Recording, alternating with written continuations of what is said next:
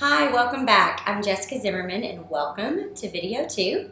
If you have not yet had a chance to watch video 1, all about how I built my team, be sure to go back and watch that one. I'm so excited about today. Video 2 is all about how I raise a family, grow a business, and succeed at both. So just to give you a tiny bit of background, I always knew that I wanted to own my own business. I knew that one day I would probably want to be a mom, and that I definitely wanted to be able to be a present mom. I wanted to be able to take my kids to soccer games and dance recitals, and I wanted to be able to take them to school and pick them up from school. But I also knew that I needed something that was mine and that that was okay. The number one reason why I wanted to own my own business was because of time.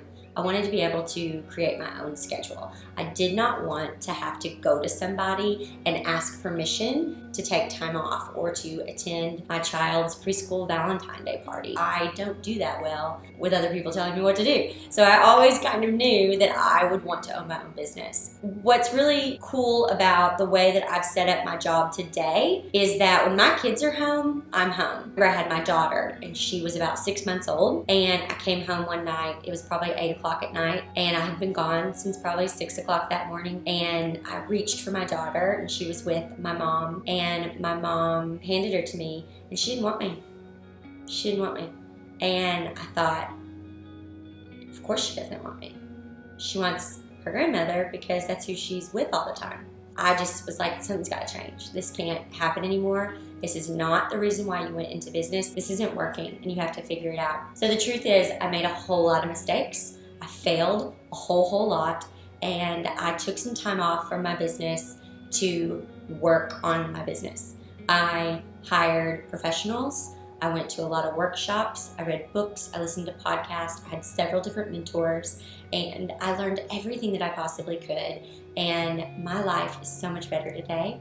Yes, I have a successful business, but more importantly, I have a life outside of my business with the people that matter most to me. I'm going to share with you a few things today that I do in order to make that happen. So I come from a family of farmers. My grandfather was a farmer. My dad has always been a farmer. And I remember one day he said to me, "You know the problem with the world today," or something like that. And I was like, "What?" And he said, "Nobody stops. Like, nobody stops anymore." He said, "With farming, your day ends when the sun goes down.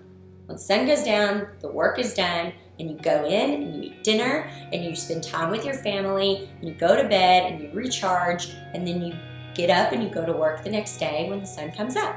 And I think there's something so true about that. I think we are in this world of hustle, hustle, hustle, hustle, and we have to do it all, and we have to do it all right now, and that just isn't the case, and it's not good. It's not healthy for us. It's not good for our business. I think there's such a difference between hustling and rushing.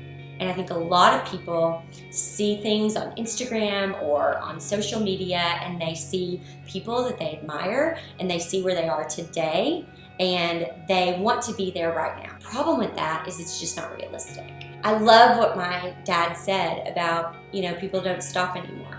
I think it's important to clarify when you stop working, because you have got to have time to recharge, and you've got to have time to devote to your family or to your loved ones. For me, it's an easy decision.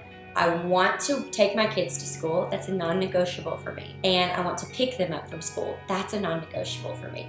So that means my work hours are going to be in between those times. So I usually get here around 8:45, so my workday can start at 9, and I leave at 3. So that means I have 6 hours to get my workday done. The beautiful thing about having a time cap or an endpoint of every day is it allows you to be so much more efficient and more productive.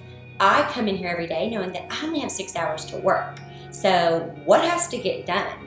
I don't have time to scroll through social media and to get distracted or to be on Pinterest all day. I have things to do. If I have a proposal to make for a client, that's what I'm doing. If I have an email to write for a newsletter, then that's what I'm doing. If I have a blog post to write because I want to share it, because I want to increase my SEO, I make sure to work on my business during those hours, okay? Out of a 24-hour period, I'm only spending 6 hours a day working. So I need to make sure that I don't have distractions and that I'm actually working. So that's the first thing that I recommend. And even if you are working from home, or if you are working full-time in a job and you're trying to get your wedding business off the ground as a side hustle, I think it's important to still establish those boundaries, to still establish how long am I going to work on this, how long am I going to work on that. The other thing I do when I get home is